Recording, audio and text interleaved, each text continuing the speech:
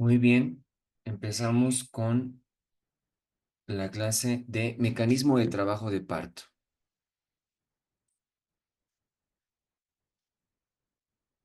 Les pongo un pequeño caso clínico. Se trata de una mujer de 26 años de edad, primigesta, sin antecedentes médicos de relevancia, cursando la semana 39 de gestación. Acude al hospital con contracciones regulares cada 5 minutos, dolor abdominal bajo y ruptura espontánea de membranas hace 2 horas. La paciente presenta una dilatación de 6 centímetros con borramiento del 90% y la cabeza del feto en presentación cefálica en la estación -1, ¿ya? Se produce a evaluar el progreso del trabajo de parto. Vamos a hacer un pequeño repasito anatómico, ¿ya? En el examen anterior, por si acaso, les han hecho algunas preguntas de anatomía, ¿ya? Si bien en el libro de ginecología no está, digo, en su pensum de ginecología para este examen no está anatomía ginecológica, tal vez como lo tenían en ciencias básicas y anatomía, de ahí le pueden ver, pero les han preguntado acerca del himen, les han preguntado acerca de vulva y una de las preguntas fue los planos de Hodge. Tenemos 4 planos de Hodge. El primer plano es aquel que corresponde a una línea que empieza desde el promontorio y termina en el borde superior de la sínfisis del pubis. El segundo plano es de la segunda vértebra sacra hasta el borde inferior de la sínfisis del pubis. El tercer plano es una línea equidistante entre la cuarta y quinta vértebra sacra y que pasa a nivel de las espinas ciáticas. Y el cuarto plano de Hoye corresponde a, desde la punta del coxis hacia el infinito, una línea que pasa paralela al tercer plano, ¿ya? Eso quiere decir que cada plano de Hodge es como si habláramos de un piso. Y el bebé tiene que descender desde el cuarto piso a planta baja. Así lo vamos a simular cuando hablamos de planos de Hodge, ¿ya? Mecanismo de trabajo de parto. Se refiere a todos los movimientos y todas las sucesiones que va a hacer el producto durante el trabajo de parto y especialmente en periodo expulsivo para que éste pueda ser exteriorizado. Es decir, toda la mecánica que va a realizar para sortear el canal óseo del parto en especial, ¿ya? En un mecanismo de trabajo de parto en general, destacan 6 tiempos, que obviamente lo vamos a hablar cuando también lo desglosamos cuando hablamos de vértice, que es lo más frecuente que ocurra, ¿no? Uno es la acomodación al estrecho superior, es decir, el producto va a disminuir parte de sus diámetros, ya sea por apelotonamiento o sea por la fuerza contráctil que vaya a tener el útero, y que se va a acomodar en función a los diámetros del estrecho superior de la pelvis, ¿ya? Luego se va a producir el encaje y el descenso.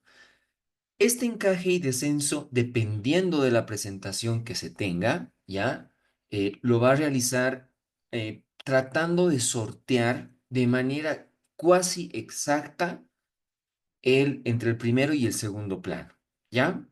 Luego se presenta la rotación intrapélvica o también que se llama denominada rotación interna, en la cual, por lo general, el punto toconómico que tenga la presentación, ¿ya? Pueden haber puntos toconómicos, 4 en la cabeza, uno en el hombro y uno en la presentación podálica, ¿ya?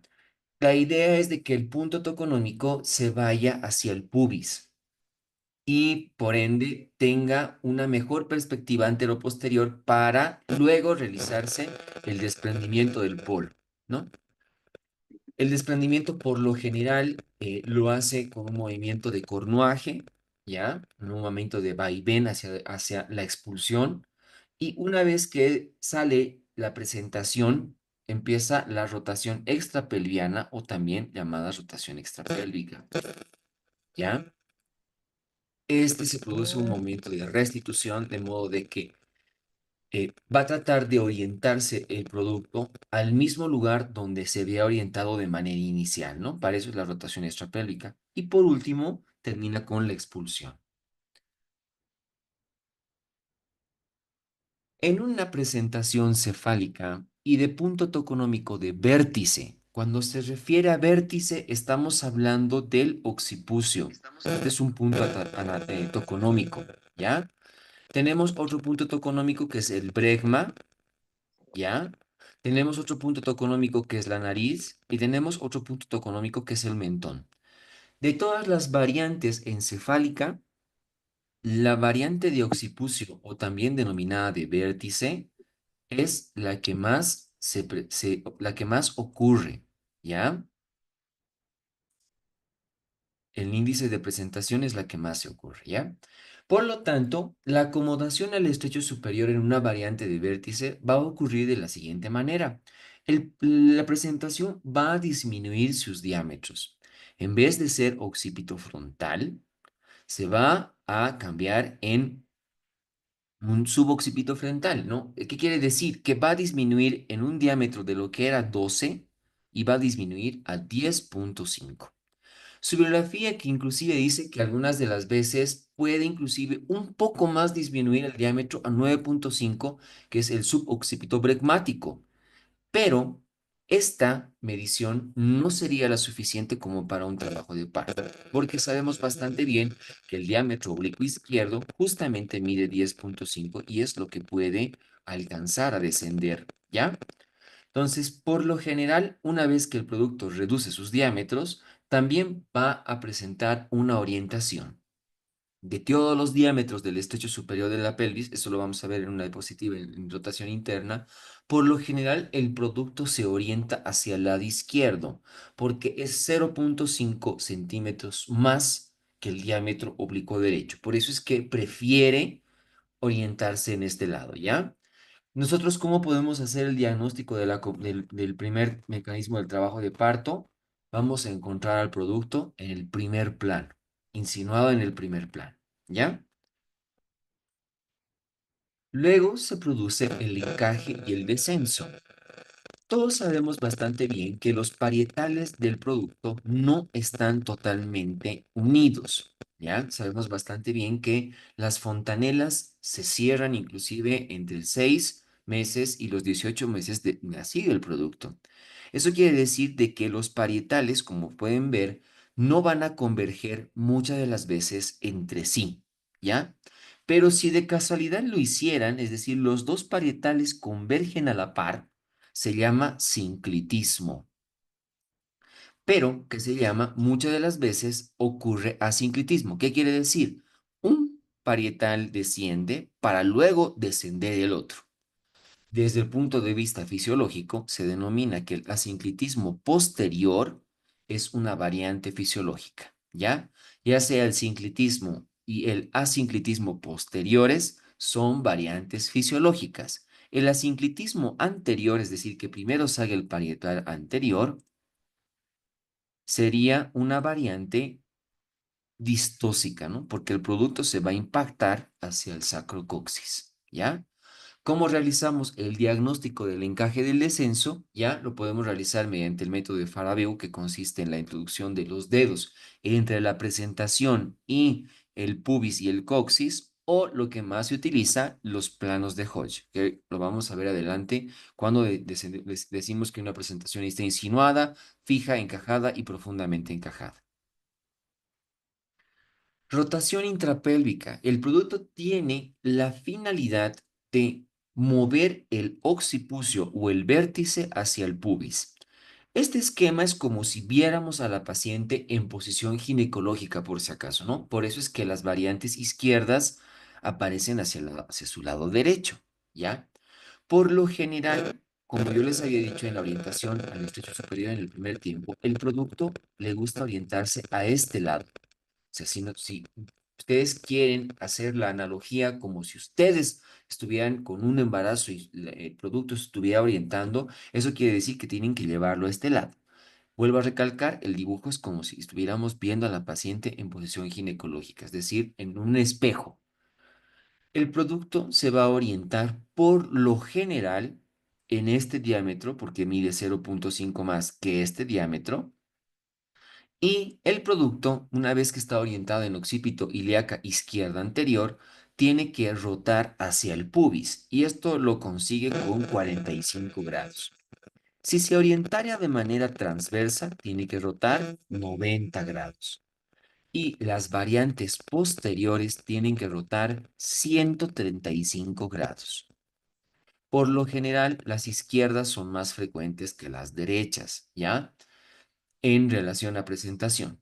La bibliografía dice, ¿no? Primero occipito ilíaca izquierda anterior es la más frecuente, le sigue la occipito ilíaca derecha posterior, le sigue la occipito ilíaca izquierda posterior y la más rara es la occipito ilíaca derecha anterior, ¿ya? Entonces, el producto va a rotar de modo de que el punto toconómico tiene que ir hacia el pubis, ¿ya?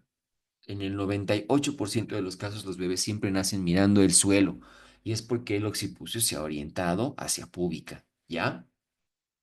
Y esta rotación intrapélvica por lo general coincide con el primer tiempo de hombros en el que se acomodan también al estrecho superior, ¿no?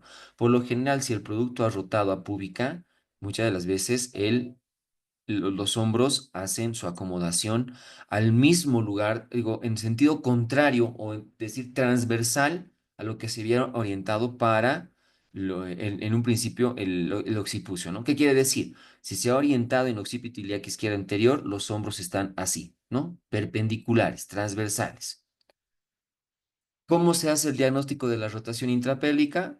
Con la palpación de las fontanelas, ¿no? Si encontráramos la B del lambda hacia adelante, es que el producto ha cumplido su rotación intrapélvica. Desprendimiento. Una vez que el producto ha rotado y como podemos ver, ¿no? Claramente el occipucio se ha ido hacia el pubis, el producto va a realizar un movimiento de deflexión, ¿no? Se dice que primero logra su extensión máxima, aquí tal vez sí el producto alcanza el diámetro suboccipito bregmático y luego realiza una deflexión para la salida de la cabeza del producto. Coincide la salida del producto con el segundo tiempo de los hombros, ¿no? Que es el encaje y el descenso de los hombros, ¿no? Van a descender los hombritos y van a sortear el estrecho superior.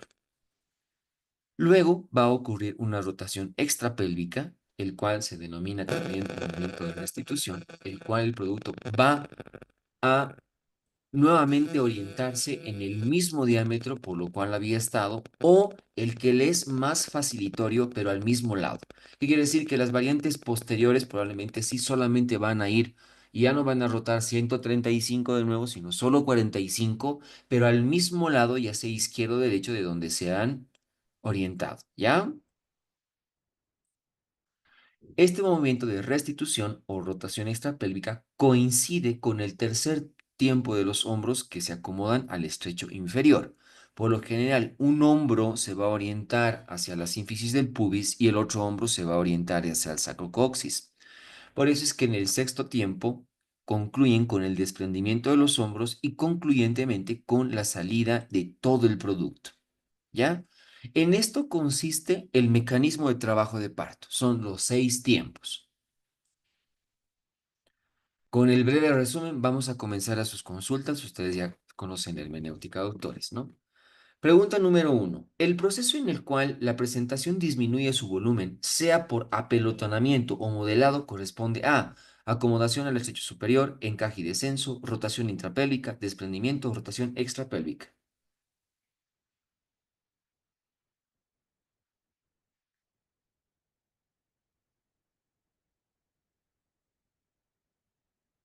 Recording in progress.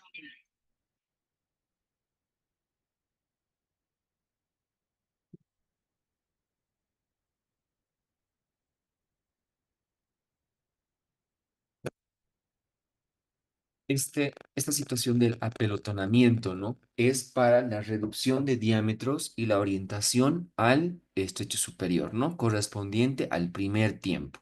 La respuesta es A.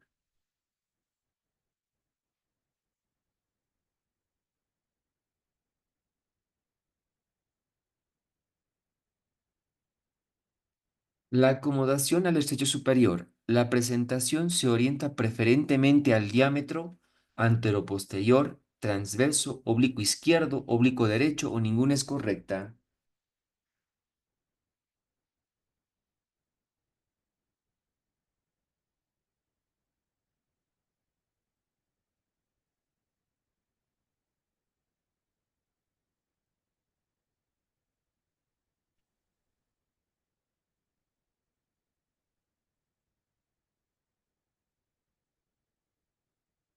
En el primer tiempo, por lo general, la mayor parte de las veces se orienta en el diámetro oblicuo izquierdo, ¿ya?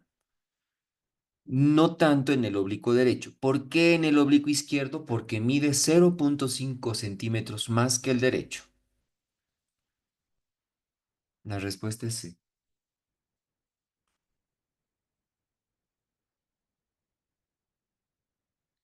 La actividad de flexión de la extremidad cefálica impreso en el feto por las ondas contráctiles obedece a un mecanismo denominado ley de Pascal, teoría de Schlein, ley de Payot, ley de palancas o ninguno.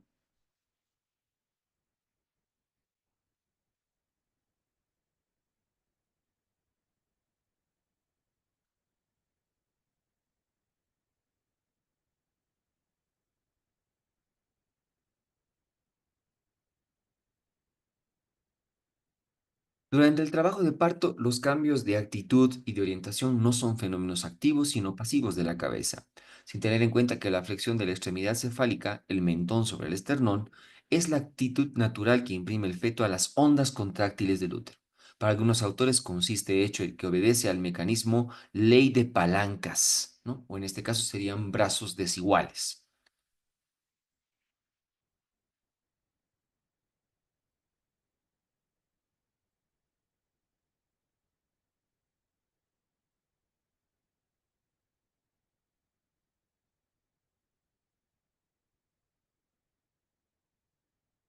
La teoría o ley que refiere, si un cilindro movible y de flexibilidad distinta se le impone doblar un codo en un tubo, debería girar todo lo necesario hasta que la dirección de su facilum de flexión coincida con aquella que se ha de verificar en la inflexión. Se le denomina ley de Pascal, teoría de Schlein, ley de Payot, ley de palancas o ninguno.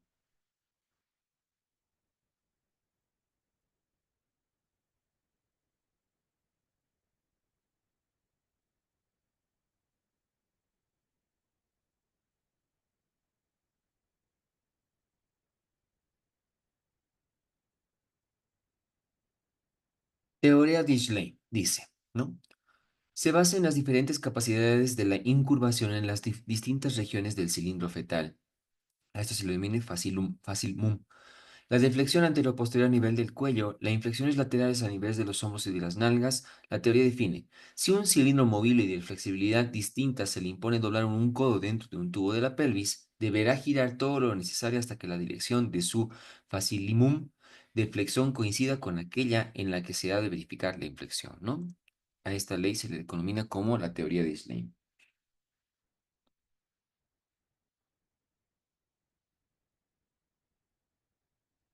En una variedad de vértice, el diámetro que se presenta en la orientación es el occipito frontal, suboccipito bregmático, bregmático frontal o ninguno.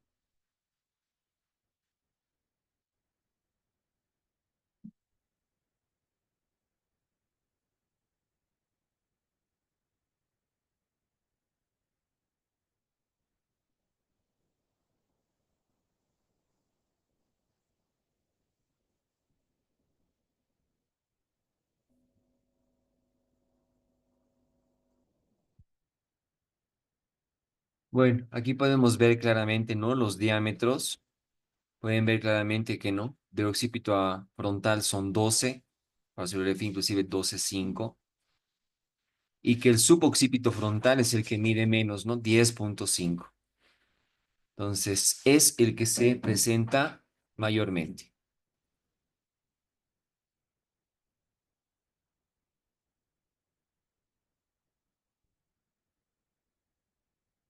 Una presentación de vértice encajada corresponde a primer plano de Hodge, segundo plano de Hodge, tercer plano de Hodge, cuarto plano de Hodge o el quinto plano de Hodge.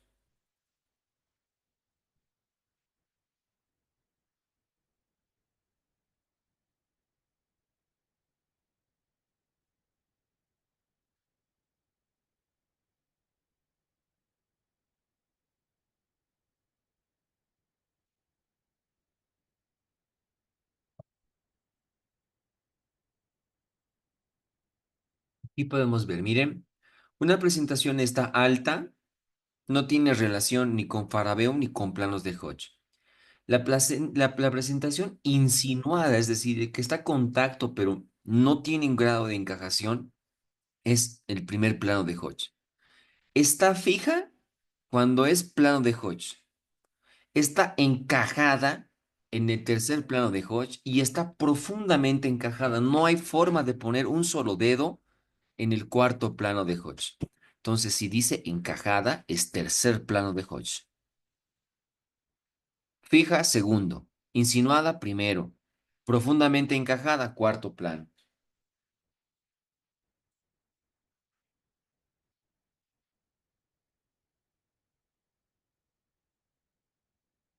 El plano que corresponde a la línea que pasa a la segunda vértebra sacra al borde inferior del pubis corresponde a primer plano de Hodge, segundo plano de Hodge, tercer plano de Hodge o el cuarto plano de Hodge.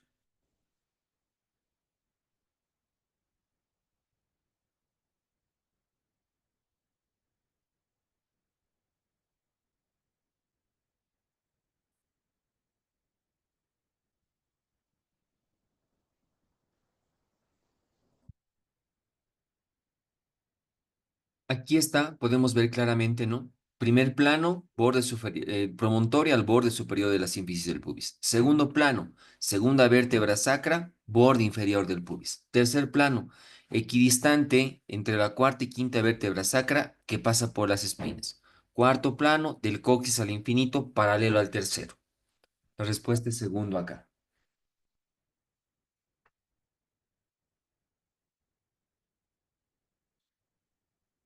En el tercer tiempo, la cabeza rota para que la sutura sagital se encuentre en el diámetro oblicuo izquierdo, oblicuo derecho, anteroposterior, transverso o ninguno.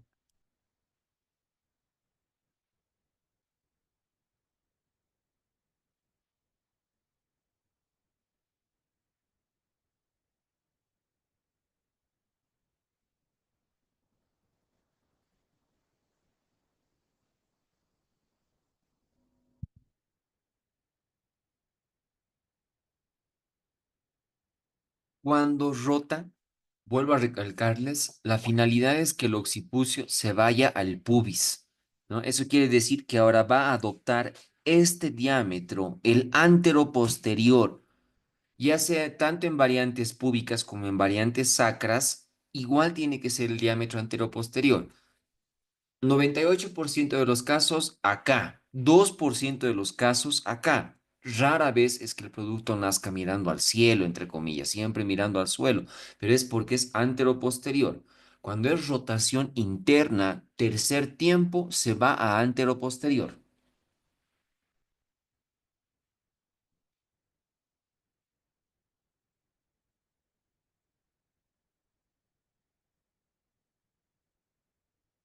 ¿Cómo se realiza el descenso normal del feto en el segundo tiempo del mecanismo de parto? En asinclitismo posterior, asinclitismo anterior, sinclitismo, A y C o ninguno.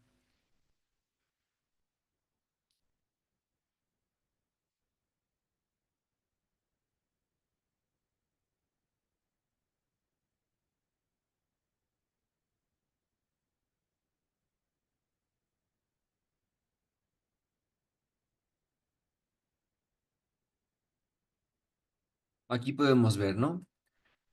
¿Dónde está? Esta inclinación se iría corrigiendo para el encajamiento. ¿Dónde está? ¿Dónde está el punto? Por ello, la escuela francesa admitió como normal el descenso en asinclitismo posterior, es decir, el parietal posterior descendería primero, estando al principio en la estructura sagital más cercana. Esta inclinación se iría corrigiendo con el encajamiento para desaparecer progresivamente, lo que se traduce en la clínica por alejamiento de la estructura sagital en la pubis para quedar sinclítica, ¿no? El sinclitismo es la forma normal del encaje, ¿no? Entonces, tanto el posterior como el sinclitismo son normales.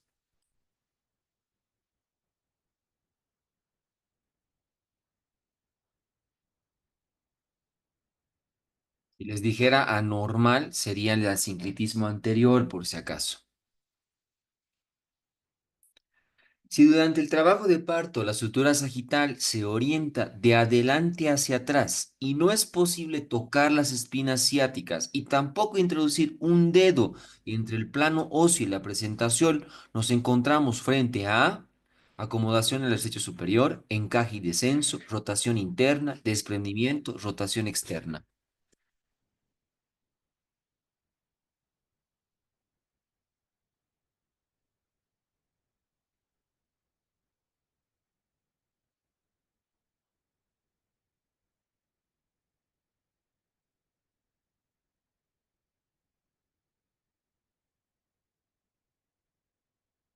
Cumplida la rotación interna, es decir, tercer tiempo, la sutura sagital tiene una dirección de adelante hacia atrás. Aquí prácticamente nos está diciendo que si se ha ido a una orientación antero-posterior, lo más probable es que es tercer tiempo. La fontanela posterior menor o lamboidea está debajo del pubis con su B característica, que dibuja un rombo con el arcuatum. La cabeza se halla profundamente encajada, no es posible tocar las espinas ciáticas y tampoco introducir un dedo entre el plano coxisacro y la presentación, ¿no? Rotación interna. Si se dice de adelante hacia atrás, ahí nos está diciendo que se ha orientado.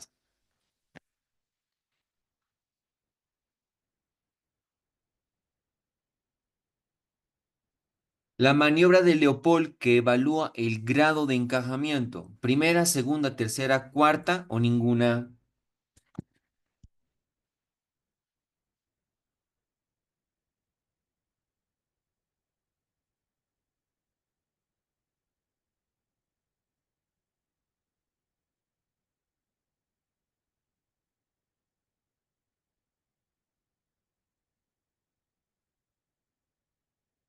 Si bien en su bibliografía no está el tema de semiología obstétrica, les recomiendo que le den una leída porque del mismo modo entró una de las preguntas sobre maniobras de Leopold en el examen anterior, ¿ya? Primera maniobra sirve para saber situación, palpa el fondo uterino. Segunda maniobra es para posición, palpa los flancos del útero. Tercera maniobra, presentación unimanual, se encarga de ver el grado de presentación. Y la única maniobra de Leopold que sirve para grado de encajamiento, que es la única también que es a la cabecera de la paciente y se trata de rechazar la presentación para saber si está encajada, justamente es la cuarta maniobra.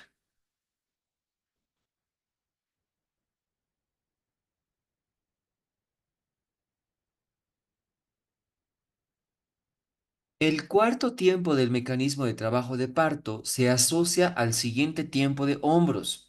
Acomodación al estrecho superior de hombros, encaje y descenso de hombros, rotación interna de hombros, desprendimiento de hombros o rotación externa de hombros.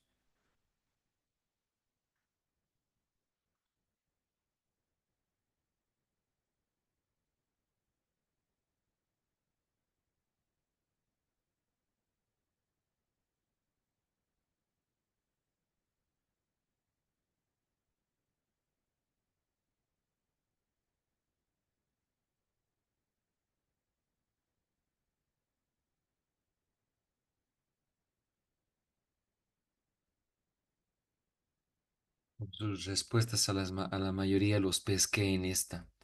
El cuarto tiempo es desprendimiento de la cabeza, solo de la cabeza. La cabeza no sale con los hombros, que acabamos de estudiar, se asocia con el segundo tiempo del parto de los hombros, es decir, encajamiento y descenso del diámetro oblicuo opuesto al que encajó la cabeza.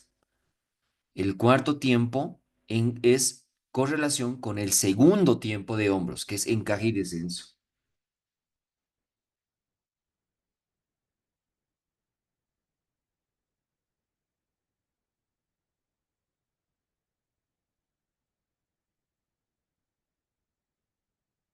La anomalía de desprendimiento en occipito sacra se presenta en el tiempo primero, segundo, tercero, cuarto o quinto tiempo.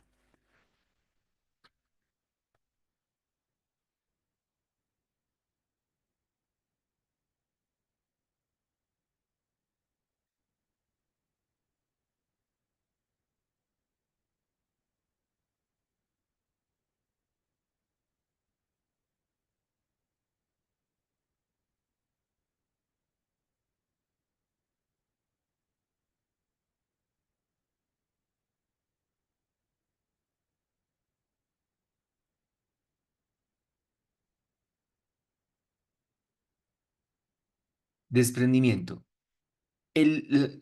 Cuando se desprende, se realiza en occipito púbica en el 98,5 de los casos y en occipito sacra en apenas 1,5 de los casos, ¿no? En estos momentos saber bien si lo que se encuentra hacia adelante es la fontanela anterior o posterior, ya que un desprendimiento es distinto en una variante occipito púbica que en una occipito sacra, ¿no? Si estamos hablando de desprendimiento, cuarto tiempo. Aquí la respuestita no la he puesto, perdón.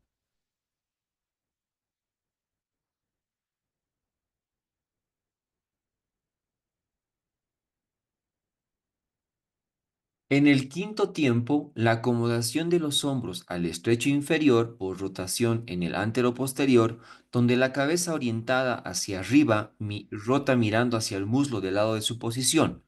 Esta rotación externa se denomina movimiento de escamotaje, movimiento de flexión, movimiento de restitución, movimiento de debajo de campana o ninguno.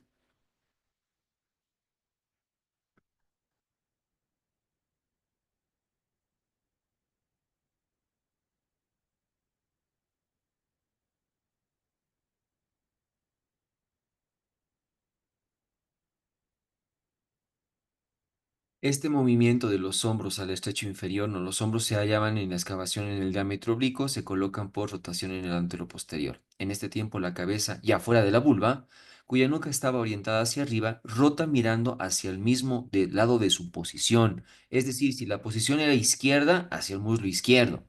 Si la posición era derecha, hacia el lado derecho. A este movimiento se le denomina movimiento de restitución.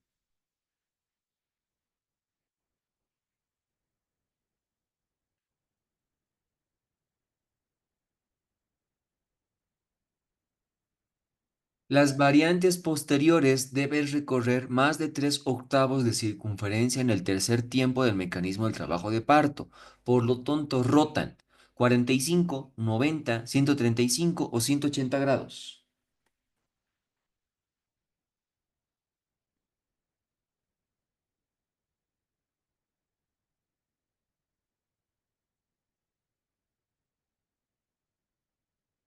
Las dos últimas preguntitas fáciles, ¿no?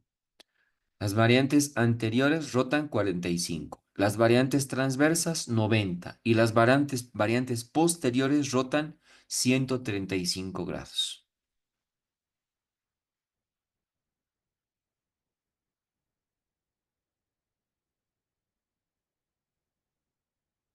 El trabajo de parto se divide en 4 estadios. Fase activa del primero, estando en comienzo una dilatación de 4 centímetros. La duración normal del trabajo de parto en primíparas en fase estadio primario puede durar hasta 6 horas y en multíparas generalmente es más corta. Los mecanismos cardinales del parto recuerda los movimientos fetales durante el parto: encajamiento, descenso, flexión, rotación interna, extensión, rotación externa, restitución y expulsión. Estación fetal define la posición del feto en el canal del parto en relación a las espinas isquiáticas, siendo cero la estación cuando el feto está a nivel de las espinas, ¿no? Prácticamente es como un al revés del Hodge cuando hablamos de las estaciones de Lee, pero no utilizamos nosotros. Todo es planos de Hodge. Presentaciones fetales. La presentación cefálica es la más común y favorable para el parto vaginal. Otras presentaciones como nalgas o transversas pueden requerir cesárea. Rotación interna y externa es la clave para el éxito del parto, que la cabeza fetal gire para alinear el diámetro más largo con el eje del canal del parto durante la rotación interna y externa. Uso de parto instrumental. Conoce cuándo se utilizan los instrumentos como forceps y ventosas, especialmente en los casos de partos prolongados o sufrimiento fetal. Contracciones uterinas efectivas. Las contracciones durante la fase activa deben ocurrir cada 2 a 3 minutos durante 60 y 90 segundos y de ser de intensidad moderada a fuerte. Episiotomía se utiliza para facilitar el paso del bebé en los casos específicos, pero debe ser considerado con cuidado para evitar complicaciones como desgarros perineales severos. Rupturas de membranas pueden ser espontáneas o artificiales y señalar el inicio del trabajo de parto activo. Sin embargo, si no ocurre progresión durante la ruptura, se puede considerar una inducción.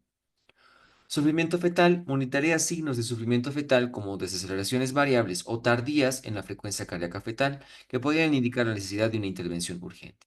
Segundo estadio del parto, la duración de este estadio es más corta en multíparas y puede prolongarse en primíparas, pero no debe exceder las 3 horas en primíparas o las 2 horas en multíparas. Tercer estadio del parto, recuerda la importancia de la expulsión completa de la placenta para evitar complicaciones como hemorragia posparto. Cuarto estadio del parto, ese estadio incluye la monitorización inmediata de la madre para detectar hemorragias uterina, especialmente en las primeras 2 horas del parto. Complicaciones comunes están en las distocias, ya sea un trabajo de parto prolongado, distocia ósea, distocias dinámicas. Aquí pueden sacar una fotito para sus flashcards y ustedes puedan resolver sus preguntitas.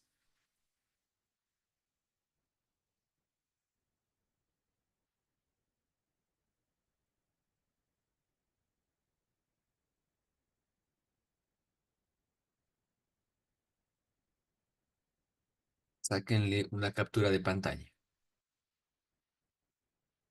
Doctor, buenas noches. Yo que, bueno, no me ha quedado tan en claro, doctor, bueno, en lo personal, eso de los tiempos, doctor, en resumen, como es bastante la teoría, ¿cómo lo podrías resumir? Especialmente el cuarto tiempo, doctor. O sea, ¿cómo más o menos puede ser el mecanismo para poderlo entender más rápido, doctor?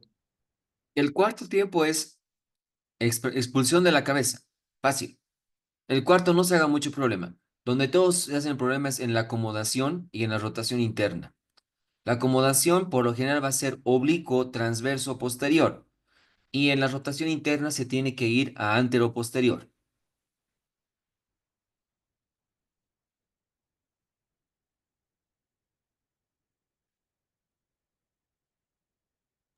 Gracias, doctor. Espéreme. De todos modos, saquen un poquito a este flashcard, por favor, a esta captura de pantalla, a esta diapositiva.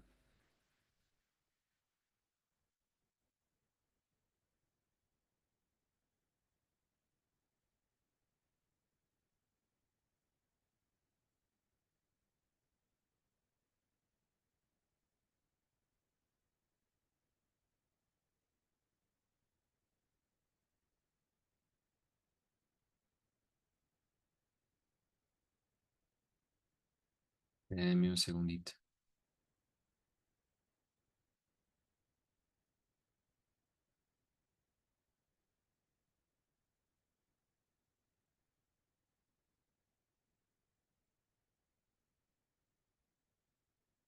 Bien. Son 6 mecanismos de trabajo de parto. En el primero, ¿ya? Que se llama el producto se va a orientar en uno de los diámetros más facilitorios en la pelvis. Vamos a imaginar que todo redondo es la pelvis, ¿entiende? Y esta pelvis es, como les decía hace rato, yo la estoy viendo a la paciente en posición ginecológica. Si ustedes quieren hacer, ¿qué se llama? La simulación en sus propias pelvis, gírenlo, porque yo la estoy viendo a la paciente al revés. ¿Ya? Entonces, la izquierda de la paciente es mi derecha, justamente como lo estoy viendo en el mouse, y la izquierda de la paciente, digo, la derecha de la paciente es mi izquierda. ¿Ya? Pero si ustedes quieren hacer el ejemplo en sus pelvis, como si ustedes fueran un bebé, háganlo al revés. Las variantes izquierdas es la que escoge más el producto, porque este diámetro izquierdo para la orientación, para el primer tiempo, mide 0,5 centímetros más que este lado. Por eso es que en la orientación es este, pero también puede ocurrir este. También puede ocurrir transverso, pero es súper raro. Luego de que se orientan, encajan y descienden, ¿ya?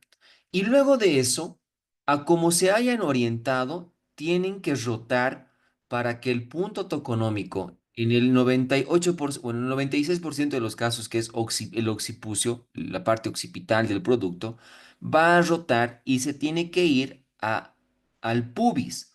Por lo tanto, el producto va a empezar a mirar el suelo o va a mirar el cielo, si quieren ser distóxicos, ¿ya? Pero ¿qué ha hecho? De lo que estaba en un diámetro oblicuo, ha ido a un diámetro anteroposterior.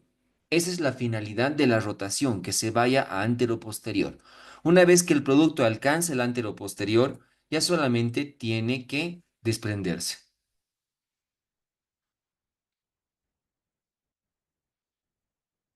Gracias, doctor, se me ha quedado claro. Gracias por la Ya. imaginación. No, no se preocupe. Doctor, una pregunta. Su micrófono, doctora.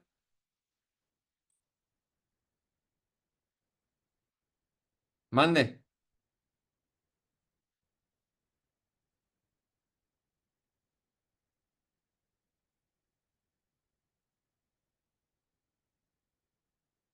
Pasaremos a las preguntas, ¿les parece después de esta clase más? Porque si no la vamos a extender. Sí, doctor, gracias. Ya, va. Empezaremos por favor con este tema que es atención del parto. Caso clínico, una mujer de 32 años, su fórmula obstétrica es su tercer embarazo y ha tenido dos partos previos. Se presenta en el hospital en trabajo de parto a las 40 semanas de gestación. Su embarazo transcurrió sin complicaciones y en el control prenatal la paciente fue diagnosticada con anemia leve. Al momento del ingreso se encuentra en la segunda fase del trabajo de parto con una dilatación completa de 10 centímetros y el feto en presentación cefálica. El parto vaginal es asistido y se realiza la expulsión del feto sin una complicación. Pero se observa que, tras el alumbramiento, la paciente comienza con una hemorragia profusa. A pesar de la administración de oxitocina y masaje uterino, la hemorragia persiste. Se inspecciona el útero y se encuentra tonía uterina. El equipo médico administra misoprostol y realiza maniobras adicionales para controlar la hemorragia. La paciente responde parcialmente, pero se decide continuar con medidas más invasivas, incluyendo un taponamiento uterino como el balón de Bakri. Bien, todo centro de salud debería contar con ciertos requisitos o ciertas condiciones para poder atender un trabajo de parto. Pero más que condiciones, deberían ser, que se llama, obligaciones, ¿no? Deberíamos tener la posibilidad de evaluar a la paciente y de evaluar nuestros materiales por los cuales deberíamos atender. En lo posible deberíamos contar con una mesa, una sala de atención de partos que tenga una conexión al quirófano en casos de emergencia.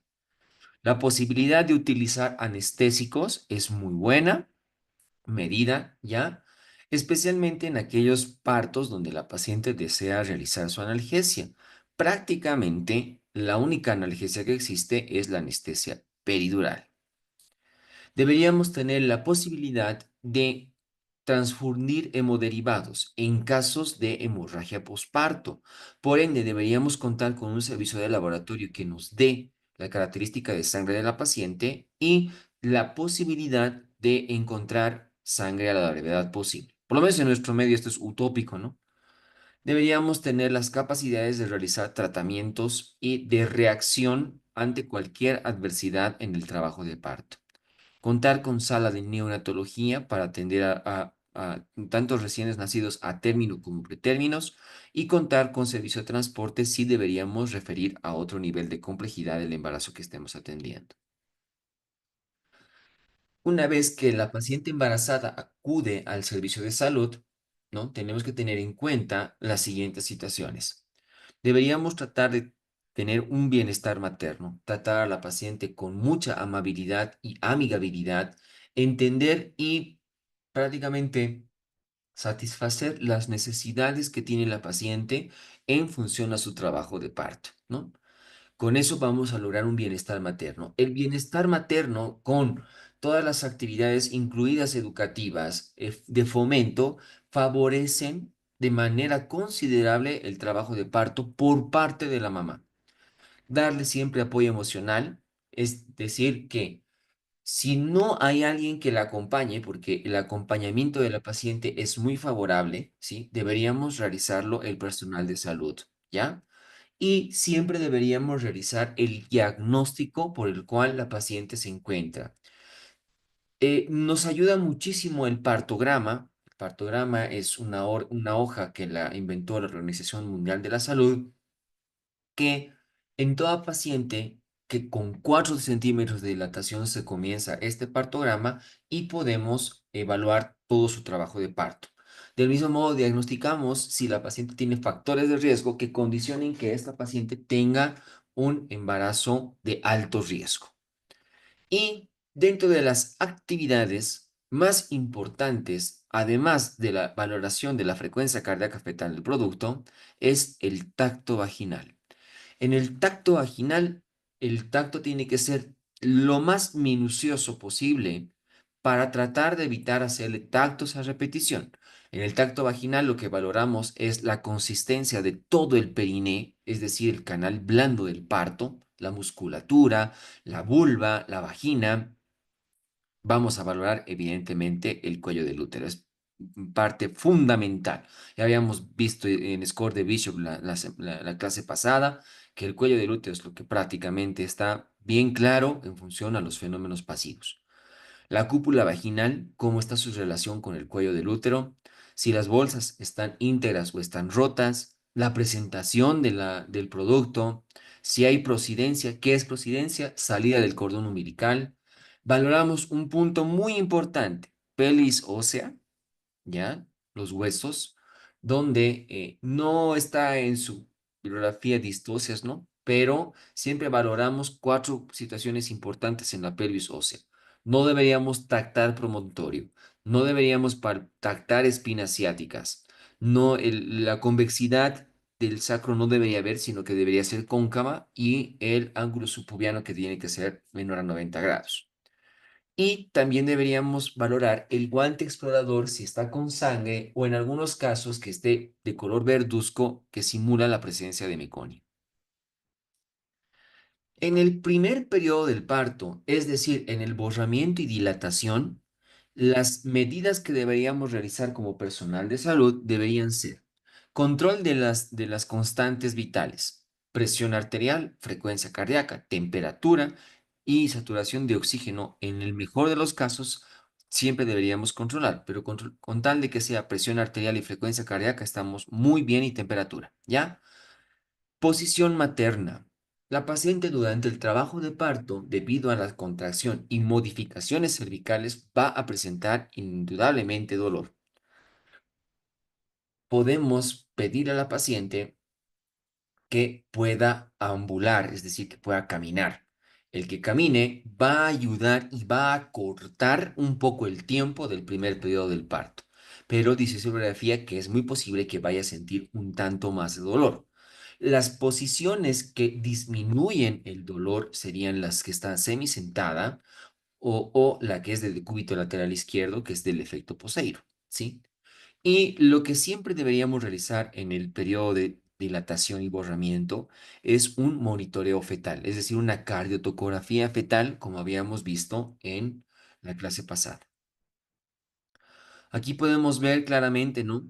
Las frecuencias, la duración de las contracciones uterinas en en un trabajo de parto inicial van a ir aumentando conforme va pasando el tiempo. La frecuencia de las contracciones uterinas también va aumentando. Aquí vemos todo lo que es anormal, ¿no? Mayor a 7 contracciones de sonografía, una duración de 50 segundos en duración, la contracción es anormal, ¿ya? Tanto que se llama con los métodos de registro. Vuelvo a recalcar, el partograma es el mejor método para valorar cómo evoluciona conforme pasa el tiempo el trabajo de parto.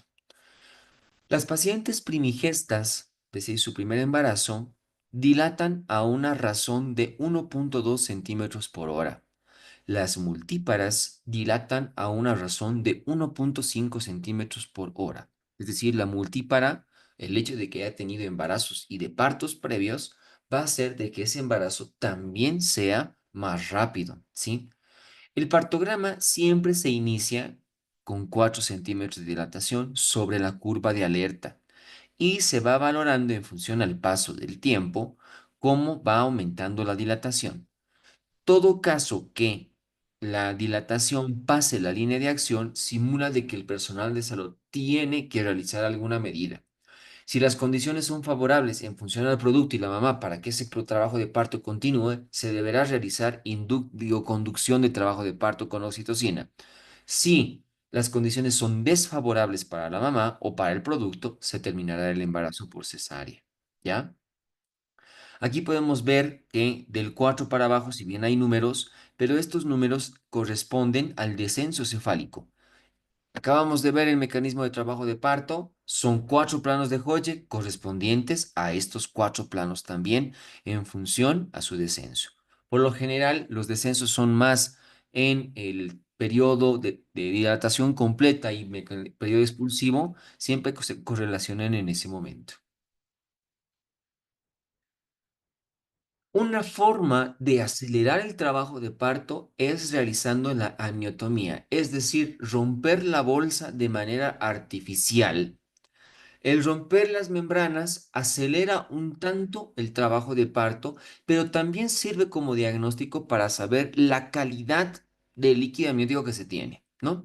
Entonces aquí tenemos para desglosar, ¿qué se llama? Indicaciones de la amniotomía, que es un trabajo de parto detenido, ¿no? A modo de hacer conducción se puede realizar ruptura de la bolsa. Vuelvo a recalcar, sirve para cortar el tiempo. Cuando yo sospecho de que el producto está entrando en sufrimiento fetal, rompo bolsas para ver si no hay meconio. En casos de óbito fetal, para acelerar y para ver el grado de maceración que pueda tener el producto.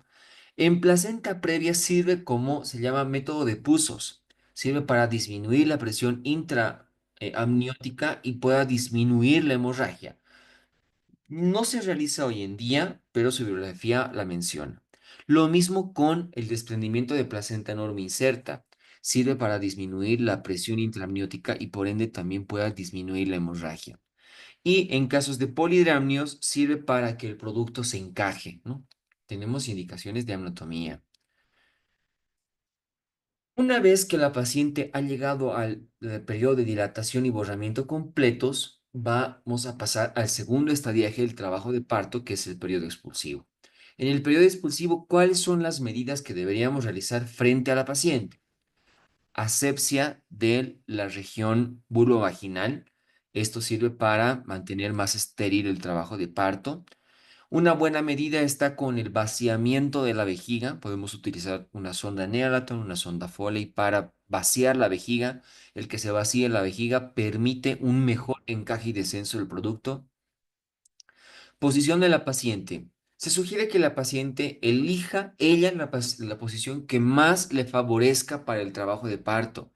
La bibliografía dice que la posición para el periodo expulsivo del trabajo de parto y que sea menos doloroso y más facilitorio y que pueda controlar la paciente es el semisentada, ¿no? Es aquella que está la paciente similar de rodillas, como en semicuclillas. Esa es la posición más favorable para la paciente, pero la mayor parte de las veces lo hacemos nosotros en posición ginecológica o litotómica. Participación, podemos dejar que los familiares participen con la paciente o que incluso en algunos casos, si se atiende por situaciones culturales, partero o partera deberían estar presentes. Periné es una excelente medida para evitar desgarros importantes, la protección del periné, que una de las maniobras más importantes consta en, con una mano y con una compresa, apretar la horquilla posterior en relación al rafe posterior para que éste no se pueda desgarrar. Episiotomía. Se deberá realizar episiotomía solo en los casos con un periodo expulsivo prolongado o que sea dificultoso para la presentación, que consiste en el corte, ya sea mediana, siguiendo una línea del rafe posterior hacia el ano, medio lateral, que es desde el rafe posterior, inclinando la tijera hacia en diagonal, o lateral, que es la que no se utiliza, ya, porque es la que más sangra, que está en el borde del labio mayor de la vulva correspondientemente, ¿ya? Y luego deberíamos hacer la rutina de nacimiento, que consta en esperar a que deje de latir el cordón umbilical para recién clampear el cordón umbilical. Aquí muy claramente podemos tener un resumen de las actividades, protección de del periné y tratar de que el producto salga lo más lento posible cuando está en periodo expulsivo para que no hayan desgarros. Tenemos los ejemplos de las episiotomías media, medio lateral, lateral. Y cuando encontramos el periodo expulsivo, aquí podemos ver, una vez que el producto ha hecho el movimiento de restitución, Por lo general solamente facilitamos la expulsión de los hombros, traccionando para que salga el hombro anterior, luego sale el hombro posterior y por ende sale todo el producto. En función a la ligadura de cordón umbilical, aquí podemos ver las indicaciones para hacer una ligadura tardía. Cuando no hay hemorragia materna, debemos hacer ligadura tardía, que debe ser entre 3 a 5 minutos. Cuando no hay datos para ictericia neonatal, además que la ligadura tardía favorece la no ictericia neonatal, favorece la no hemorragia y favorece el no quejido neonatal, ¿no? Deberíamos estar a favor de la ligadura tardía, que se llama una ligadura hipertardía, va a producir hiperviscosidad sanguínea, solamente de 3 a 5, basto, estamos muy bien, o hasta que deje de latir el cordón y no habría datos de dificultad respiratoria en el producto, tenemos que hacer ligadura tardía. ¿En qué casos deberíamos hacer una ligadura precoz, es decir, antes de 3 minutos? Cuando el producto está en asfixia, cuando el producto esté con una circular, atención para el producto que le produzca asfixia, en embarazos gemelares y en madres RH negativas sensibilizadas. Son las únicas indicaciones para realizar una ligadura precoz del cordón umbilical. El tercer periodo del parto es el alumbramiento. El alumbramiento consta de 4 tiempos, en el cual es el desprendimiento per se de la placenta, desprendimiento posterior de las membranas. Una vez que todas las membranas y la placenta han sido desprendidas totalmente, van a descender y posteriormente se produce la expulsión, ¿no? El desprendimiento de la placenta es por, ¿qué se llama? Acción de las nuevas contracciones uterinas que ocurren una vez que ha salido el producto, ¿sí? Ese es el mecanismo principal por el cual se desprende. Luego se forma un hematoma interútero placentario, el cual por el peso hace que haya un plano de desprendimiento y se pueda desprender totalmente la placenta. El espacio de tiempo en el cual empieza las contracciones uterinas después del parto, propiamente dicho, es decir, la expulsión del producto, hasta la salida de la placenta se le denomina tiempo corporal, que dependiendo de la variante que hemos hecho para el alumbramiento, va a tardar más. Se dice que un alumbramiento sin que sea activo o dirigido, es decir, espontáneo, puede tardar entre 10 minutos hasta 30 minutos. Un tiempo corporal dirigido va a tardar entre 5 a 10 minutos, es decir, en el cual nosotros facilitamos la expulsión de la placenta, y en un alumbramiento activo, que consiste en la administración de oxitocina, tracción y contracción guiada del cordón umbilical y masaje uterino, sale mucho más rápido y en un tiempo corporal hasta de 5 minutos, ¿ya? Tenemos dos mecanismos de desprendimiento. Bowdelux-Schultz es aquel que sale en cara fetal, la placenta, ¿no? Aquí podemos ver prácticamente la salida del cordón umbilical. Y la de Bowdelux-Duncan es aquella que sale en cara materna, es decir, vemos los cotiledones al salir. Dentro de la evolución clínica, ¿no? Tenemos fenómenos subjetivos, que hay un pequeño reposo clínico de la paciente, donde una vez expulsado el producto va a sentir una relajación importante y una vez que empiecen de nuevo las contracciones van a ver que se llama de nuevo el dolor. Vamos a encontrar fenómenos subobjetivos ya, que es la modificación uterina. Una vez que sale el producto, el útero alcanza hasta más o menos el nivel de la cicatriz umbilical, vuelve a distenderse un poquito para una vez sale a la placenta, otra vez volver a nivel umbilical del útero, ¿ya? Vamos a encontrar signos de desprendimiento. Un signo de desprendimiento de la placenta es la hemorragia. Podemos hacer que se llame el signo de la pinza, el cual dejamos la pinza y la pinza desciende de manera espontánea conforme va descendiendo a la placenta. Podemos realizar el signo del pescador, que es una mano palpa el fondo del útero y otra mano empieza a jalar el cordón umbilical y ahí encontramos que se llama, si hay resistencia, la placenta todavía estuviera prendida y si no, la placenta estuviera ya exteriorizada, ¿ya? Dentro de la hemorragia se dice que en promedio, que se llama un trabajo de, un periodo de alumbramiento, una paciente embarazada pierde 300 mililitros de sangre, aproximadamente. ¿Ya? Y luego se forma el globo de seguridad de Pienaar que van a simular las 4 horas siguientes. Aquí tengo justamente las actividades que deberíamos realizar en el tercer periodo, que es el manejo activo del tercer periodo del parto o también llamado alumbramiento activo, que consiste en administración de oxitocina o en cuanto sale la cabeza o en cuanto sale el hombro o en cuanto sale el producto. El orden de los factores no altera el producto, que se llama tracción y contracción guiada del cordón umbilical y masaje uterino, ¿no? En eso consiste el manejo activo. También podemos hacer manejo expectante, que es esperar a que de manera espontánea se salga la placenta, o el manejo expectante con oxitóxico, solamente es la administración de oxitocina sin las otras dos maniobras. Con este pequeño resumen de atención de parto, vamos a ir a las preguntas. Aquí otra vez simulamos el caso clínico nuevamente. Mujer de 32 años, es su tercer embarazo, ha tenido dos partos previos, se presenta en el hospital en trabajo de parto a las 40 semanas de gestación. Su embarazo transcurrió sin complicaciones y en el control prenatal la paciente fue diagnosticada con anemia leve. Al momento del ingreso se encuentra en la segunda fase del trabajo de parto, con una dilatación completa de 10 centímetros y el feto en presentación cefálica. El parto vaginal es asistido y se realiza la expulsión del feto sin complicaciones, pero se observa que tras el alumbramiento la paciente comienza con una hemorragia profusa. A la administración de oxitocina y masaje uterino, la hemorragia persiste. Se inspecciona el útero y se encuentra tonía uterina. El equipo médico administra misoprostol y se realizan maniobras adicionales para controlar la hemorragia. La paciente responde parcialmente, pero se decide continuar con medidas más invasivas, incluyendo el taponamiento uterino con el balón de Bakri. ¿Cuál es la causa más común de hemorragia posparto en este caso? Retención de restos placentarios, trauma del canal del parto, atonía uterina, rotura uterina o coagulopatías.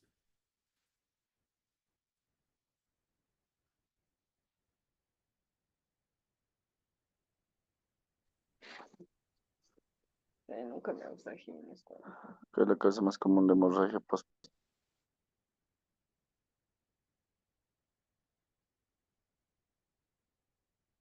La hemorragia posparto tiene el mnemotécnico de las 4 Ts: tono, tejido, trauma y trombina. De estas 4 causas, el tono simula atonía uterina, tejido, restos placentarios, trauma, traumatismos del canal del parto y obviamente la trombina son defectos de coagulación.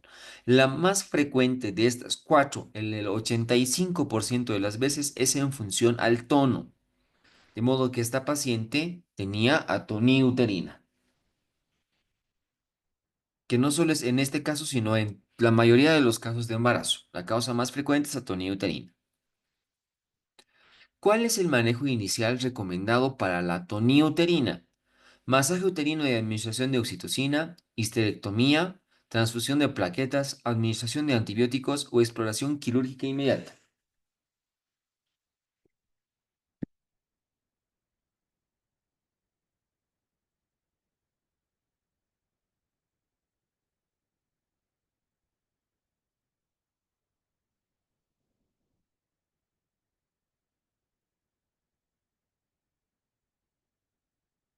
No solo como manejo activo, sino las mismas medidas están incluidas para el tratamiento de la hipotonía uterina de manera inicial.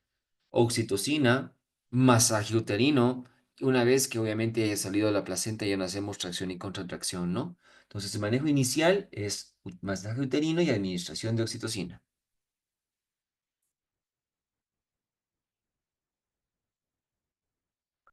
¿Cuál es el objetivo principal del taponamiento uterino con balón de Bakri en este caso?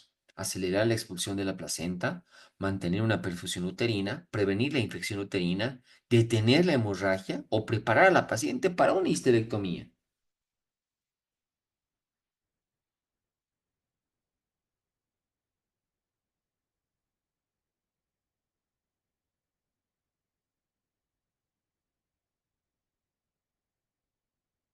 Las medidas que podemos realizar a pesar de la administración de oxitóxicos y de masaje es compresión bimanual, compresión de la aorta, pero el mejor método es introducir un balón.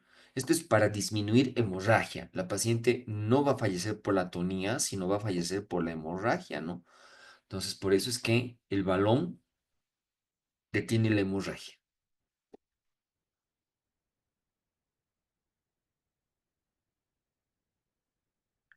¿Cuál es la definición de hemorragia posparto según las guías obstétricas? Pérdida de más 500 mililitros después de un parto, pérdida de más de 200 después de un parto, pérdida de más de 1000 en una cesárea. ¿Ahí sí son correctas o ninguna?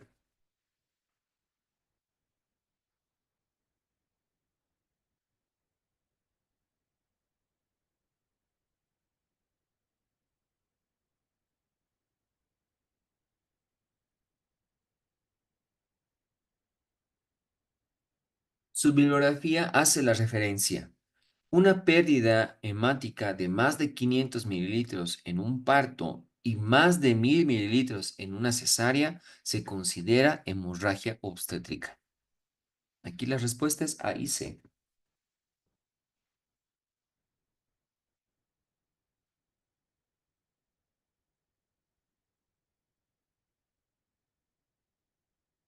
En relación al tacto vaginal, uno de los siguientes enunciados no es de ayuda.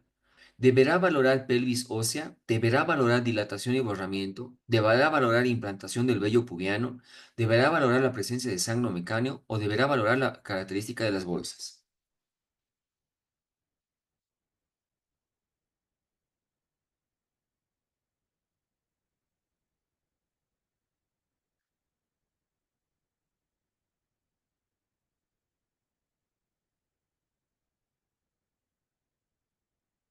Una vez que hacemos tacto vaginal, deberá valorar la elasticidad de la vulva y la vagina, la situación y el grado de reblandecimiento y borramiento de dilatación del cuello del útero, grado de amplitud de la cúpula vaginal, segmento inferior, existencia de bolsas, caracteres de la presentación, prosidencias, caracteres de la pelvis ósea, entre comillas, signos de proporción o desproporción pélvico-fetal, la presencia de meconio, ¿no? Pero lo que no valoramos es la implantación del vello pubiano, no tiene relación.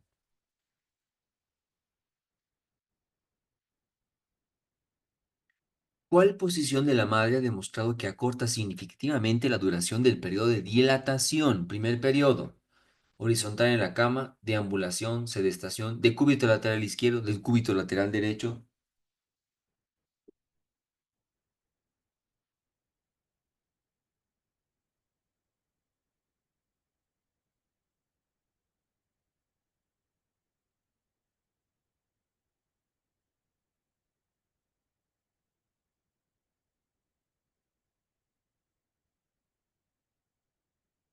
Posición de la madre y duración del parto. Además de modificar parámetros cardiovasculares, como se ha visto arriba, la posición materna también influye sobre la duración del parto.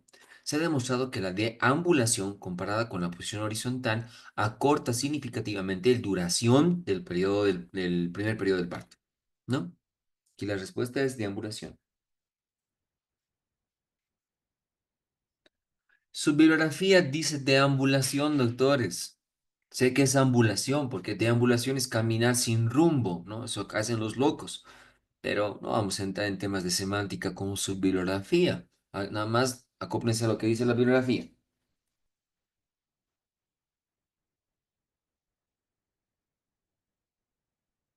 Dentro de las variaciones clásicas asociadas a las contracciones, ¿cuál de ellas presenta una desaceleración máxima que coincide en el espejo con el acme de la contracción?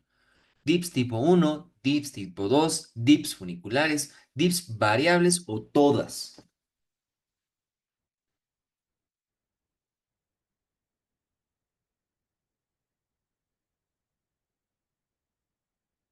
En un examen pasado les han preguntado similar para los dips.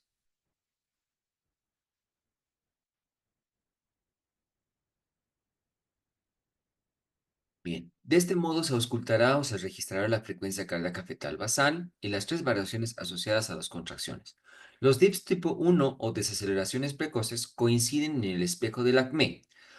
Los dips tipo 2 o desaceleraciones tardías, ¿no? El valle de la caída ocurre durante el periodo de relajación con un decalaje respecto al acme de la contracción, es decir, de 20 a 40 segundos. Y los dips funiculares o desaceleraciones variables por compresión de cordón, que se llama de difícil diferenciación clínica con los tipos 2, aunque en general la pérdida de latidos es mayor que en los dips uno, ¿no? Se coincide en un espejo con el acme, son Tipo uno.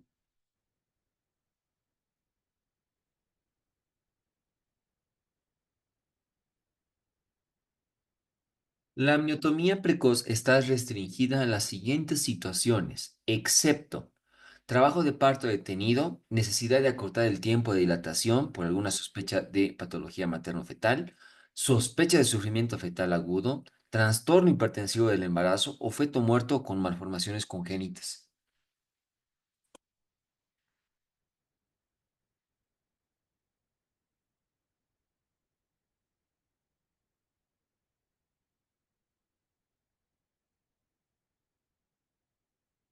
La amniotomía está indicada en las siguientes situaciones, ¿no? Está restringida, perdón. Trabajo de parto detenido sin, diagnosticado preferentemente en el partograma y después de detectar una hipodinamia primaria o parto obstruido, necesidad de acortar el tiempo de dilatación ante la sospecha de sufrimiento fetal, feto muerto con malformaciones severas, hemorragia por placenta previa, desprendimiento prematuro de placenta no inserta o polidramios, ¿no? Estas son las causas donde la amniotomía precoz, que se llama, son indicaciones, ¿no? Pero en trastorno hipertensivo del embarazo, no, no está indicado una amniotomía precoz. Si se presenta una ruptura prematura de membranas en una paciente con VIH, ¿a las cuántas horas de la ruptura se aumenta el riesgo de infección perinatal? Luego de una hora, luego de 2 horas, 3 horas, 4 horas o ninguna es correcta.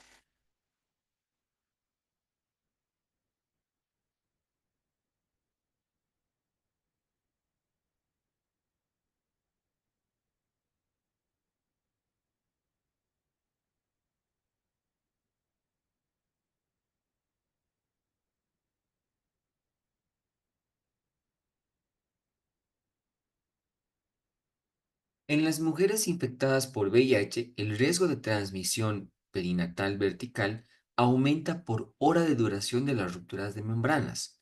Riesgo de transmisión. Si otros factores de riesgo están controlados.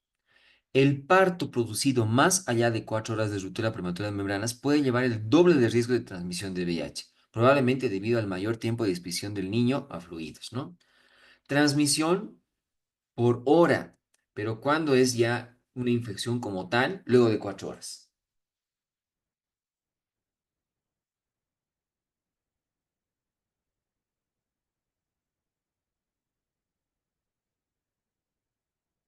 En un periodo expulsivo normal pueden utilizarse varias posiciones. ¿Cuál es la más recomendable? Litotomía, ginecológica, semisentada, sentada, de cuclillas.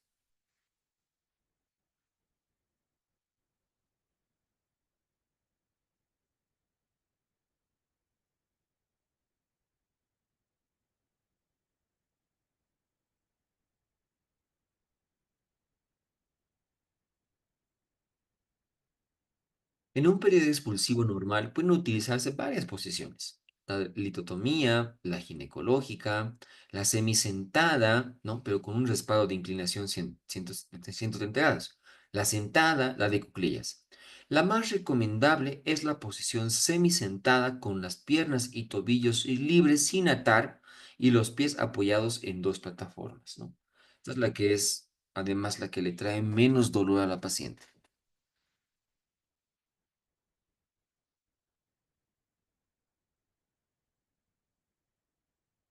En el periodo expulsivo del trabajo de parto, una de las siguientes no es una medida de protección del periné. Avance en la presentación hasta el anillo vulvar, suspensión de los pujos, mano derecha sobre el periné, episiotomía medio lateral, lentitud en el desprendimiento.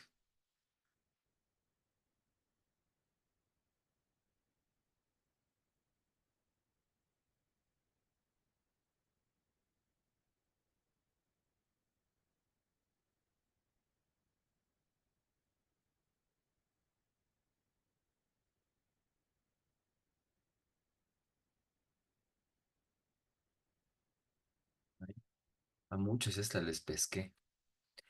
Para proteger el periné se procederá con la siguiente manera. Se permitirá el avance de la presentación manteniendo su flexión hasta que la circunferencia suboccipitopremática haya traspasado el anillo vulvar. Se solicitará a la parturienta suspender los pujos y mantener su respiración jadeando. Se enlentecerá el desprendimiento apoyando la mano izquierda sobre la presentación para que la deflexión se realice lentamente, a los fines de distender progresivamente los tejidos y así evitar desgarros. Se colocará la mano derecha aprovista de un apósito sobre el periné, abarcando entre el pulgar de un lado y los dedos restantes de la mano, ¿no? Y se terminará el desprendimiento siempre con la máxima lentitud posible, con la salida de la frente, cara y mentón sucesivamente. Lo que no hacemos es episiotomía, no es una de las medidas de protección del periné.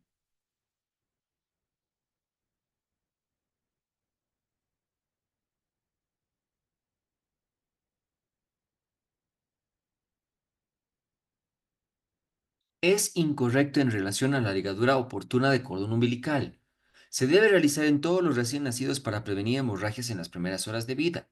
El momento oportuno para proceder a la ligadura es el cese de las pulsaciones del cordón. Con la ligadura pasan a la placenta al recién nacido alrededor de 200 mililitros de sangre. No está recomendada la ligadura precoz y la inmediata al nacimiento o todas son normales.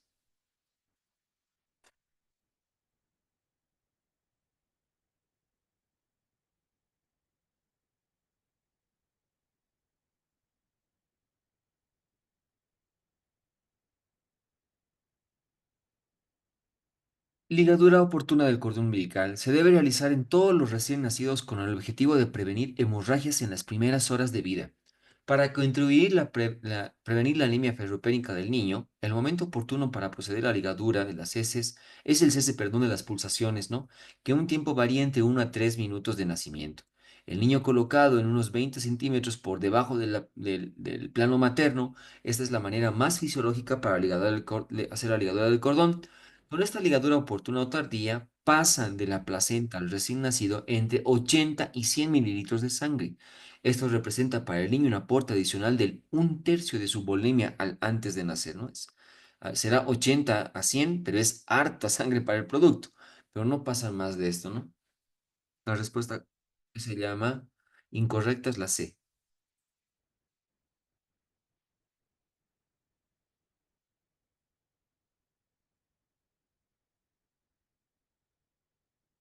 Una de las siguientes no constituye indicación para realizar la ligadura inmediata al nacimiento.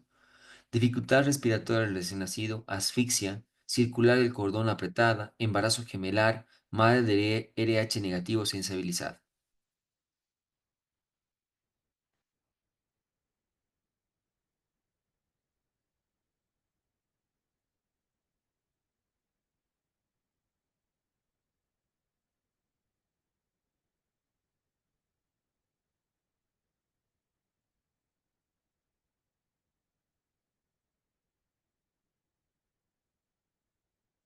Las indicaciones para realizar la ligadura inmediata son asfixia al nacer, ¿no?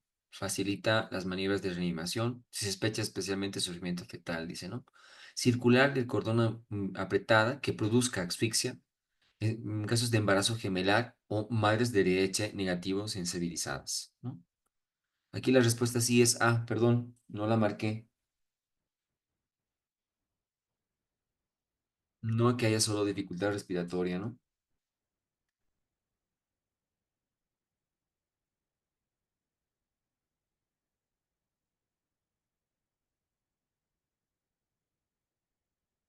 Uno de los siguientes no es un signo de desprendimiento de la placenta durante el periodo de alumbramiento. Reaparición de los dolores, salida de sangre por los genitales, disminución del diámetro transverso y descenso del útero después de haberse elevado hacia el ombligo, signo del pescador o el ascenso de la pinza de manera espontánea.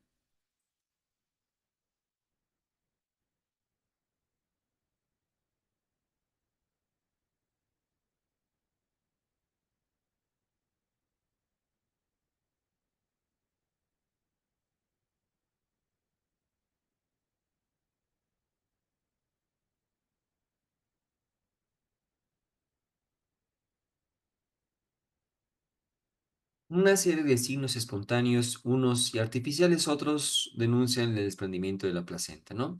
Número uno, la reaparición de los dolores, salida de sangre por los genitales, la disminución del diámetro transverso y descenso del útero después de haberse elevado sobre el ombligo, el descenso de una señal, es decir, el descenso de la pinza, La ausencia del ascenso del cordón vaginal por la vagina, perdón, al elevar el útero sobre la pelvis, ¿no?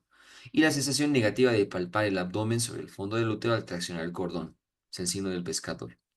Entonces aquí el ascenso de la pinza no es el descenso, ¿no?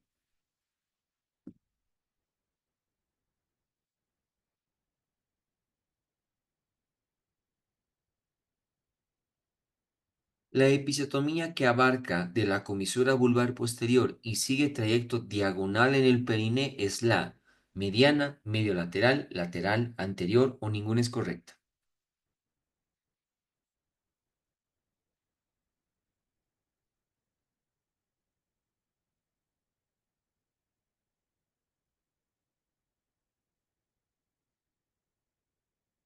¿No? Existen tres trazados de la incisión. Mediano es el que se extiende desde la comisura posterior de la vulva hasta el ano, siguiendo la línea del rafe perineal. El mediano lateral, que parte de la comisura vulvar posterior y sigue un trayecto diagonal en el periné. Y la lateral es que nace del labio mayor en la unión de los dos tercios anteriores con el tercio posterior y dirige una forma diagonal hacia la tuberosidad isquiática. ¿No? No se utiliza esta. La que más se utiliza justamente es esta, la medio lateral.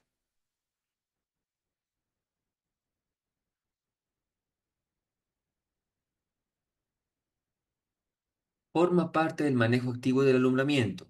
Administración de un oxitóxico en el momento de la salida de los hombros o inmediatamente al nacimiento. Tracción manual controlada del cordón umbilical y seccionado del hígado precozmente. Presión simultánea ejercida desde el abdomen sobre el fondo del útero. Ahí se o todas.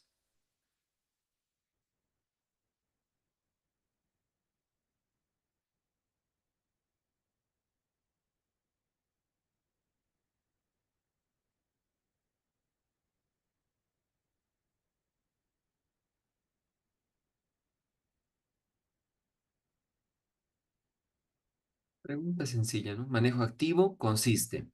Administración de oxitóxico en el momento de la salida de los hombros o al nacimiento, tracción controlada del cordón umbilical y presión simultánea ejercida sobre el abdomen, sobre el fondo uterino, es decir, masaje uterino, ¿no? Los tres forman parte del alumbramiento activo. Una de las siguientes no es una condición de la técnica de ligadura del cordón umbilical. Mantener al producto sobre la madre, no exprimir ni ordeñar el cordón umbilical, esperar el cese de latidos del cordón, seccionar con tijera estéril o verificar el ajuste de la ligadura.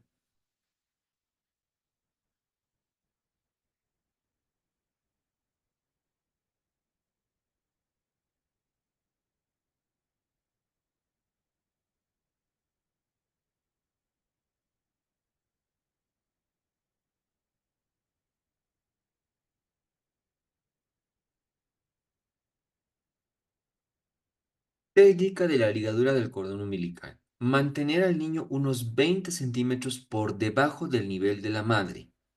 No realizar maniobras de flujo de sangre, es decir, no exprimir ni ordeñar. Una vez que cesan los latidos entre 1 minuto y medio y 3, colocar una pinza coche realizada a una distancia de 2 a 3 centímetros del ombligo para hacer la sección. Seccionar entre ambas pinzas con una tijera estéril. Luego de realizar la ligadura definitiva, se retira la pinza colocada junto al ombligo. Verificar el ajuste perfecto de la ligadura, así como mantener la asepsia. No tapar el cordón umbilical con el pañal y dejarlo expuesto al aire. No mantenemos el producto encima de la mamá. Deberíamos realizarlo con el producto debajo.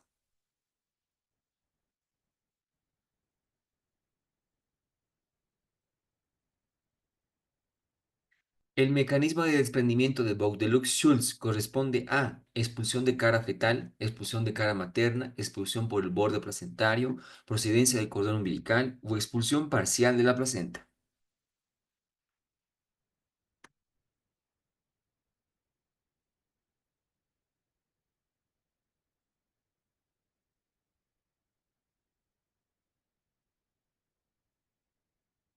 Facilita. El de Baudelux-Schulz responde al proceso recientemente descrito en el que la placenta inicia su desprendimiento en el centro de su zona de inserción con la consiguiente hemorragia. Esta, al intensificarse, se convierte en un hematoma retroplacentario que determina el desprender la placenta, invirtiéndola y alojándola de su concavidad. La placenta así desprendida y empujada hacia el hematoma descrito, es expulsada en su cara fetal. En el Boudeluc-Duncan se cumple al iniciarse el desprendimiento en el borde de la placenta y al extenderse hacia el centro de las mismas. Al expulsarse aparecerá primero el borde de la placenta. La pérdida sanguínea será notoria hacia el inicio del desprendimiento antes de la expulsión. Sí, aquí la expulsión cara fetal, Boudeluc-Schulz.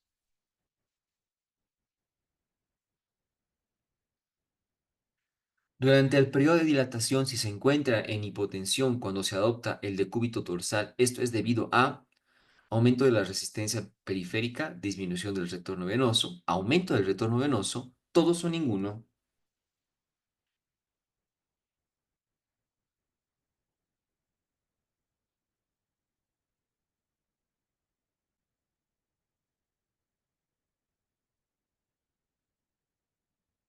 Pregunta sencilla, ¿no? La hipotensión sistémica cuando se adopta el decúbito dorsal, ¿no? El 11% de las gestantes presentan al término un síndrome en su forma leva. Esto se debe a una disminución del retorno venoso al corazón debido a la compresión del útero gravídico sobre la vena cava inferior. Disminución del retorno venoso.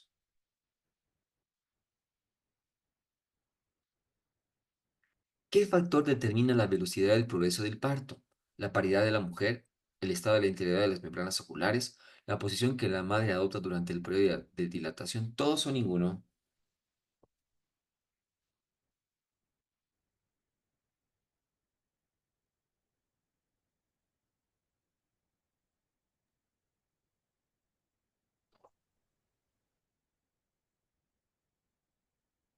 Progreso del parto se sabe que hay tres factores que determinan la velocidad del progreso, ¿no? Estos son la paridad, el estado de integridad de las membranas y la posición que la madre adopta. Preguntita súper fácil.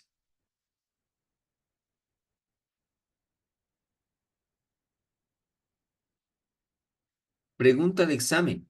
El partograma se inicia cuando la paciente ingresa a sala de partos, dilatación de 2 centímetros, en caso de RPM, dilatación de 4 o cuando se detiene la dilatación y el progreso del parto.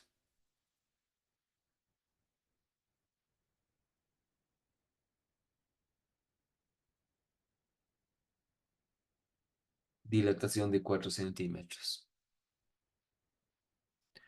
La pelimetría interna digital es el método clínico más importante para valorar la capacidad del canal pelvigenital. Se caracteriza por, es mejor realizarla a inicios de la gestación, establece un pronóstico de parto quirúrgico, la introducción de los dedos índice y medio en la vagina busca la parte posterior del coxis, el diámetro promonto subpubiano es el único que esta técnica puede medir, o el diámetro promonto pubiano mide 8 centímetros.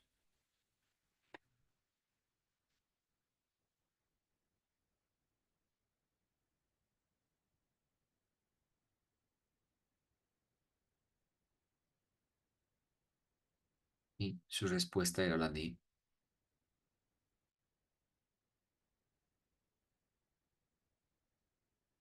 embarazada de 38 semanas clasificada como parto inminente con alto riesgo perinatal, debemos realizar el siguiente manejo. Referir al hospital y no atender el parto, no emplear venoclisis, atender el parto y posteriormente referir. En caso de preeclampsia, no realizar ninguna acción. En caso de infección, no realizar ninguna acción.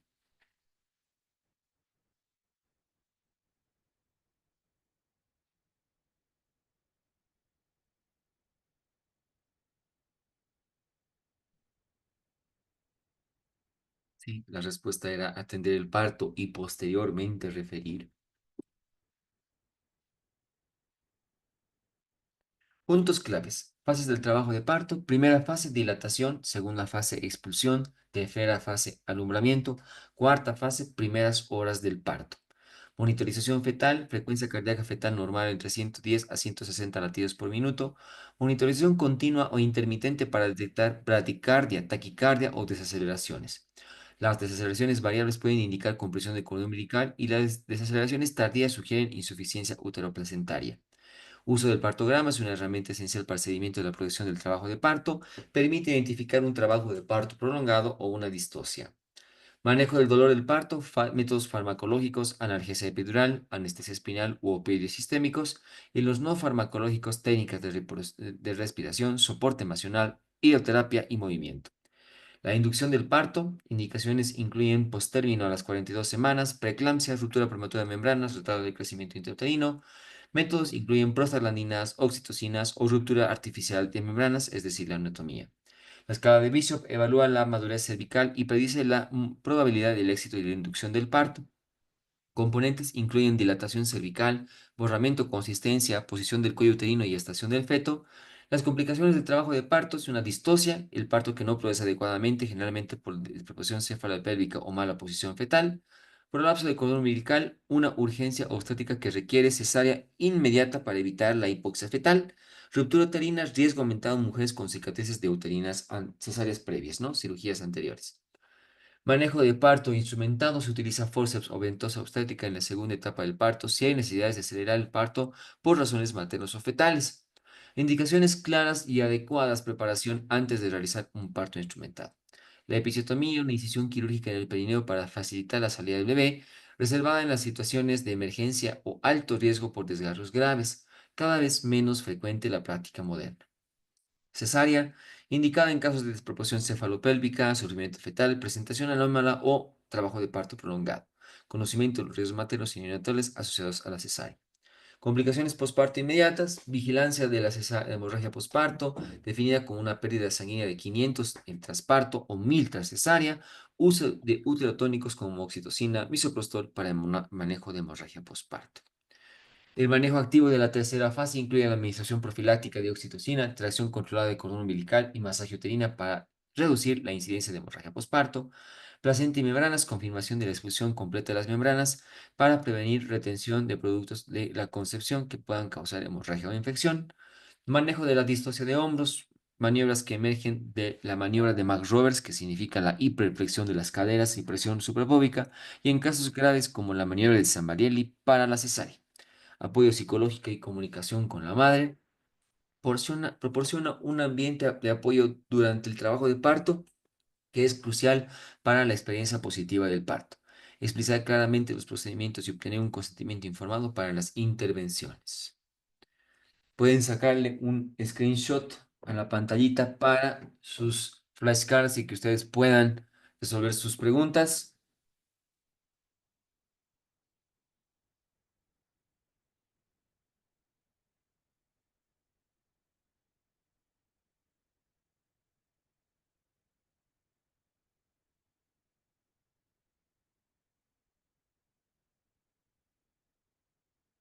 Acá también le pueden tomar a la segunda hojita la captura de pantalla.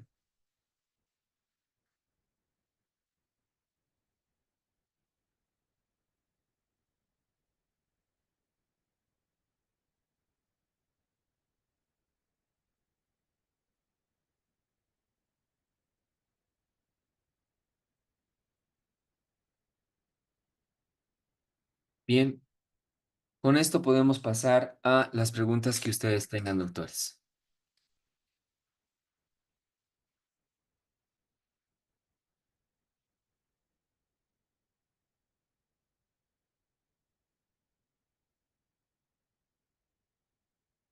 Bueno, aquí me dicen si las clases pueden ser los sábados por la mañana. Tengo 2 semanas más con actividad de posgrado, doctor. Si todos estuvieran de acuerdo, yo después no me haría ningún problema, pero eso es para todos. Todos, en realidad, entre ustedes tendrían que discutir ello.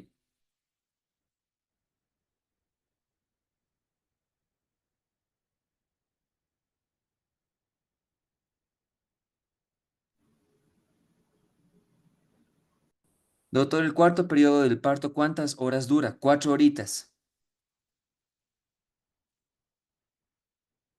Y aquí hay justo posiciones encontradas entre la mañana y la noche.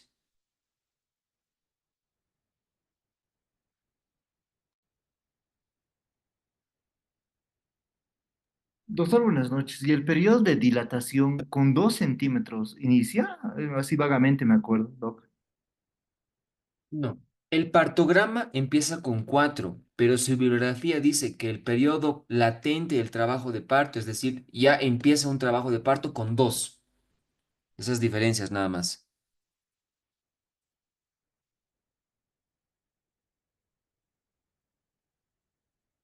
Bueno, dicen claramente que ya hubo votación y es de noche. Lo único que sí, en relación a la noche, por ejemplo, doctores, les puedo decir que el doctor Gastón me ha pedido que sea 19:30. Lo que si desean, puedo adelantarle media hora para que sea 19 horas.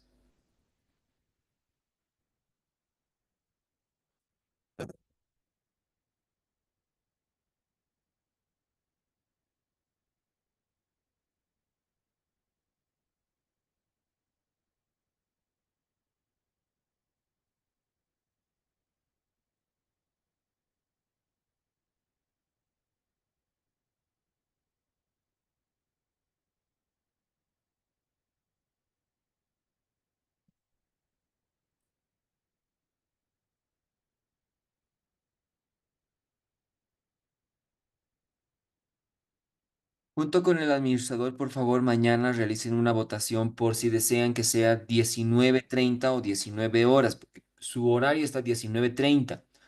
Pero si es que hay la posibilidad de que se pueda adelantar media horita, todo esto para que no se extienda mucho en sábado por la noche, ya.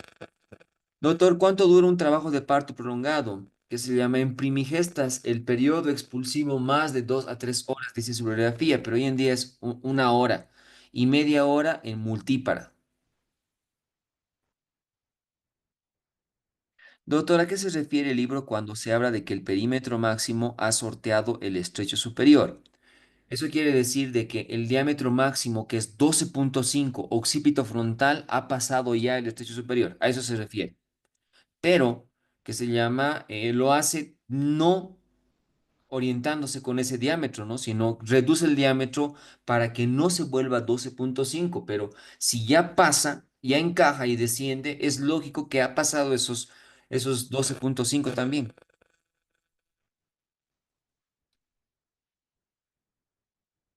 ¿Cuánto dura el alumbramiento? Si es alumbramiento activo, 5 minutos. Expectante con oxitocina, 10 minutos. Tiempo corporal sin nada, es decir, solo manejo expectante hasta media hora puede durar.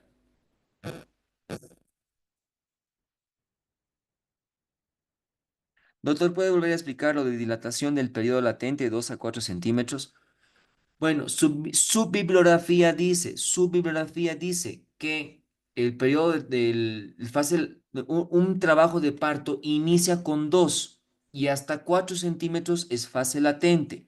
De 4 para adelante es trabajo de parto en fase activa.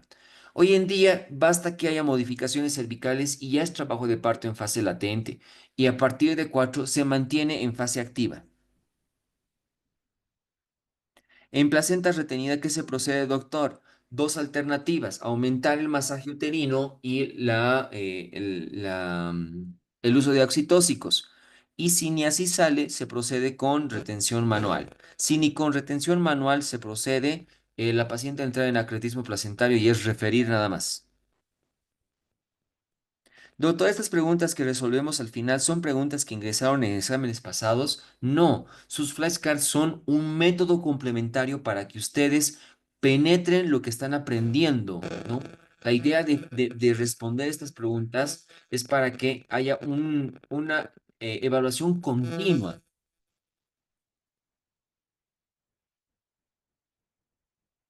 Doctor, ¿puedes explicar la presentación de vértice frente? No, no existe vértice frente. Vértice es occipucio. Frente es que el punto toconómico es el punto lambda. Digo que se llama el bregma, perdón, es el bregma. Hace lo mismo. Prácticamente las únicas dos variantes que pudieran ir a parto son el occipucio y el bregma. Cuando es de cara y de frente, ya no deberían, cuando el punto toconómico es la nariz y el mentón, no deberían ir a parto.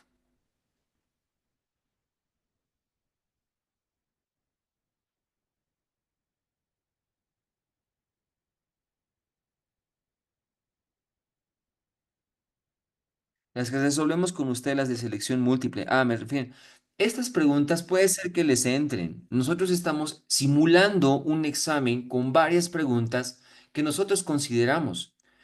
Ya les decía yo en la primera clase, cada panadero lava su pan, doctores. Pero por lo menos en ginecobstetricia, el 80% de las preguntitas que nosotros cada año vamos seleccionando, cambiando, ¿no? Reformulando, el 80% han entrado en su examen. Un 20%. Y les decía, Ese 20%, ojo, era porque les han preguntado semiología, que no está en sus acápites de la bibliografía, y les han preguntado anatomía.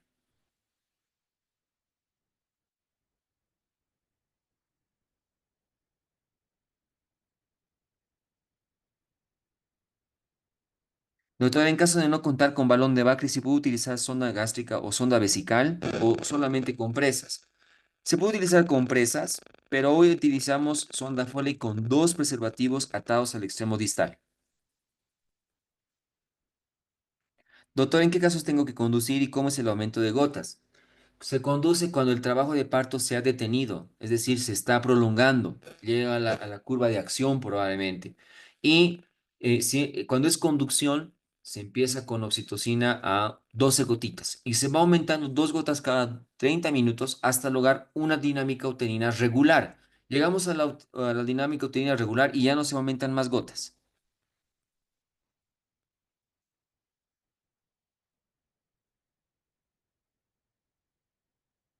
Los resúmenes y demás actividades logísticas con el administrador, yo de todos modos voy a hablar con él.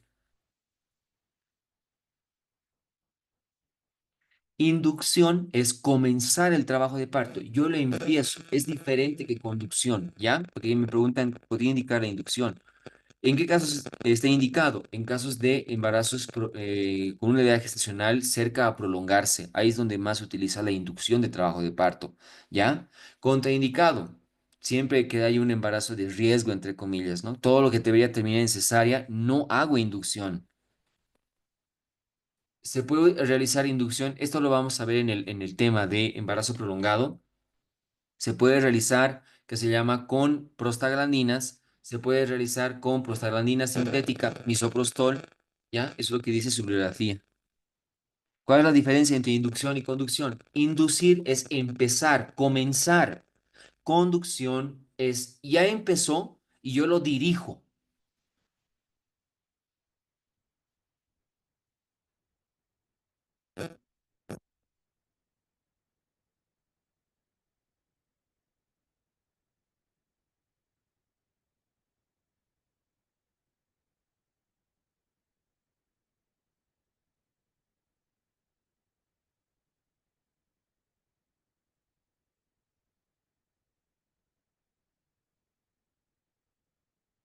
Creo que ahora sí se nos acabaron las preguntitas, doctores, ¿ya?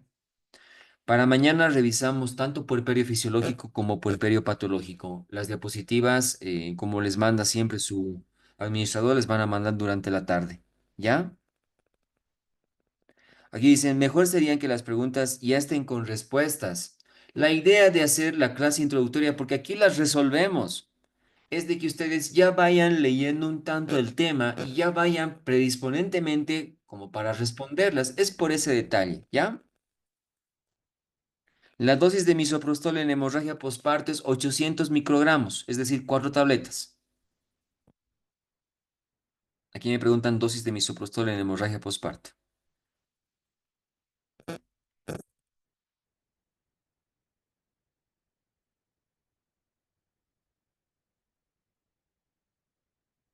Vamos a intentar de que se le envíe lo más antes posible, ¿no? A mí me pidieron de que sea entre 1 a 2 horas antes.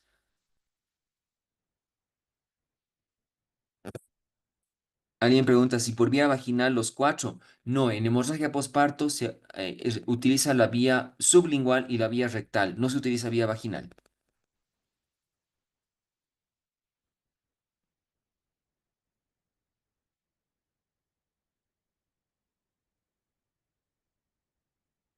Bien, doctores, ahora sí, creo que con eso ya concluimos la jornada del día de hoy. Los espero mañana, por favor.